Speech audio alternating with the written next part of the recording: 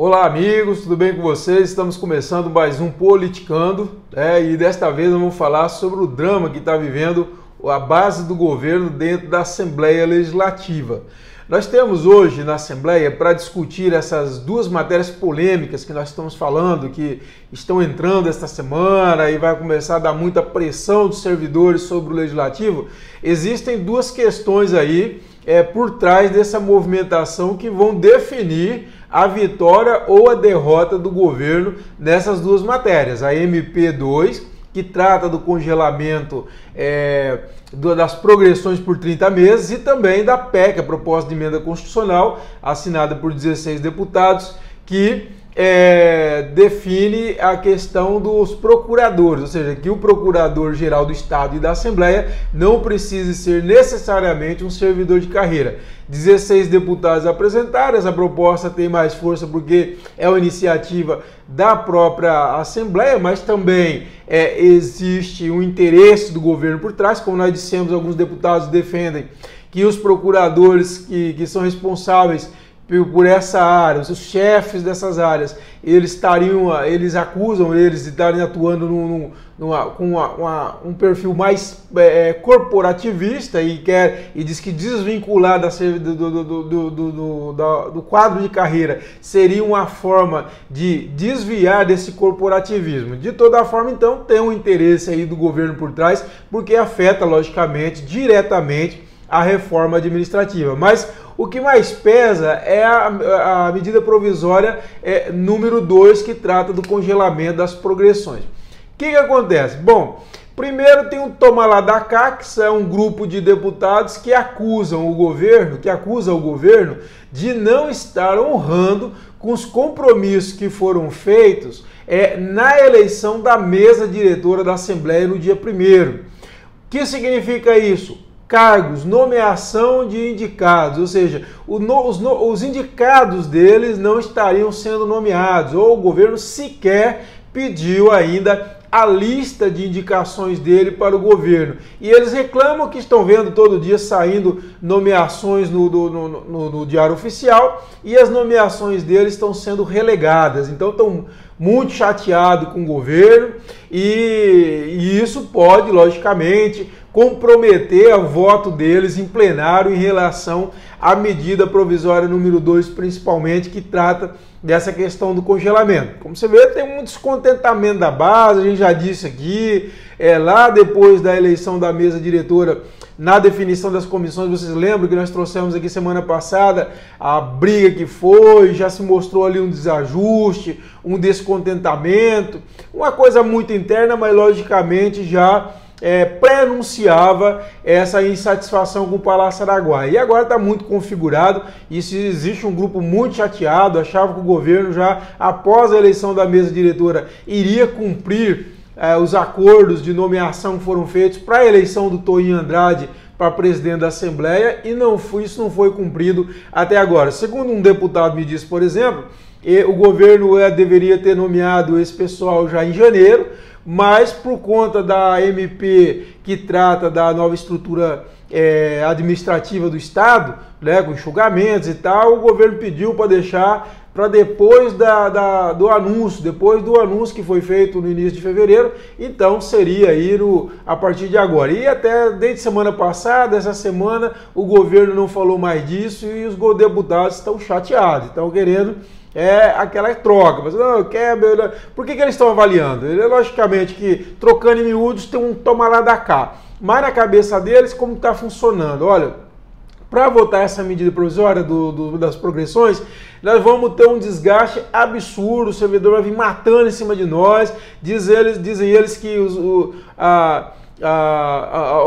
celulares dele estão recebendo no WhatsApp direto mensagem de servidor, olha, o servidor não tem culpa da situação do Estado. Então já tem uma pressão que deve aumentar muito mais a partir desta terça-feira.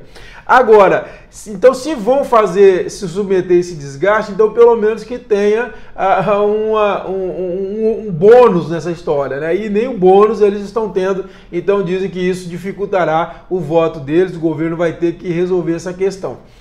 Tem um outro grupo, esse é um grupo assim, digamos assim, um grupo mais preocupado realmente, efetivamente com a situação do Estado, mas também não quer entregar o que o governo pede sem que o sacrifício seja geral. Ou seja, qual a defesa deles? Todos têm que ceder. Além do governo, da administração direta e indireta, tem que ceder Tribunal de Justiça, Tribunal de Contas, Defensoria, Ministério Público e Assembleia Legislativa.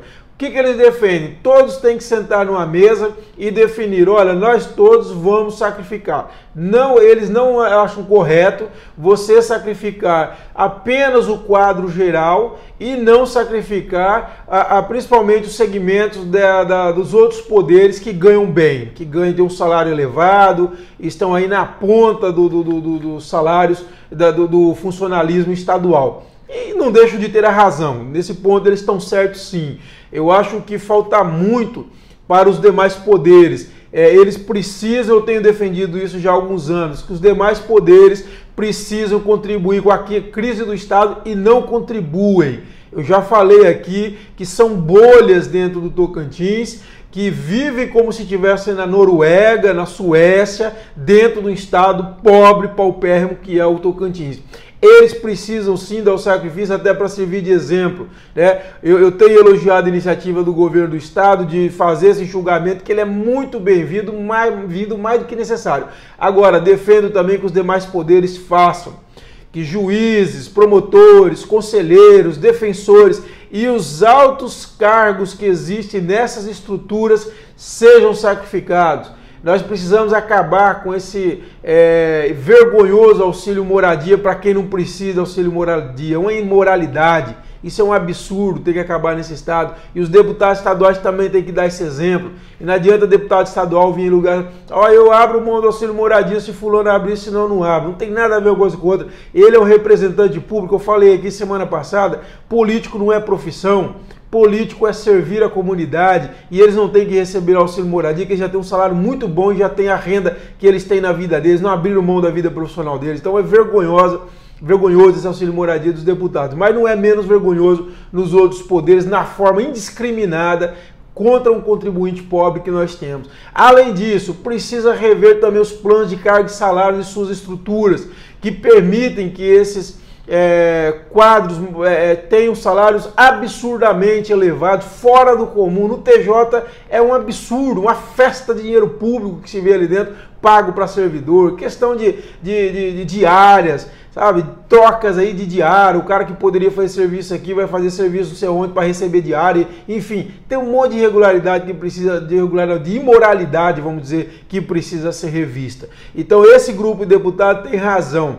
Esse ajuste do Estado é fundamental, mas só do Poder Executivo não basta, ele tem que também chegar aos demais poderes e órgãos da administração pública estadual. É fundamental para resolvermos a situação do Tocantins. Então, eles querem chamar todo mundo à mesa e conversar. O governo, como nós já dissemos aqui, já fez a reunião com os poderes, chefe dos poderes aí no passado. Esperamos que essas reuniões continuem e que deem resultados. Que dê resultado de revisão de mordomias, de penduricalhos, revisão de plano de cargo e salário, que o cara em 15 anos apenas chega no topo da carreira, é um absurdo, não existe. Isso ocorre também no Poder Executivo. Esse plano de cargo e salário em geral, são mais de 40 planos de cargo e salário nesse estado, precisam todos ser revistos, todos feitos a toque de caixa.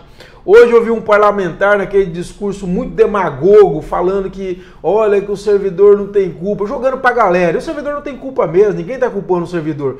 E fala assim, não, a culpa é do executivo, como se o executivo fosse uma abstração. Não, essa culpa é de todos os sindicatos envolvidos e dos governadores, governantes da época que cederam apelo eleitoral.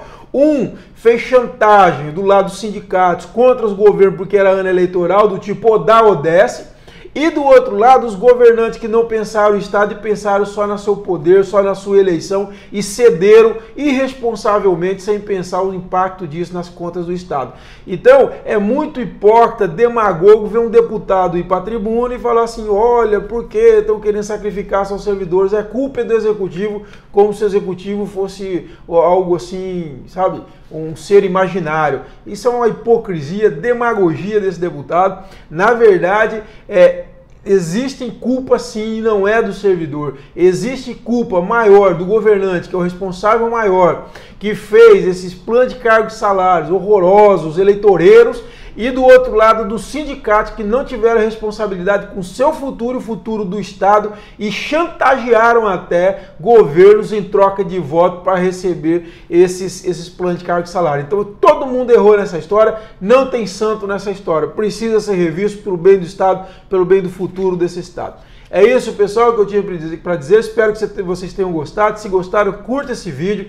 Convido você novamente, muito importante, a se inscrever no nosso canal e clicar no sininho para receber as atualizações. Um abraço a todos e até a próxima.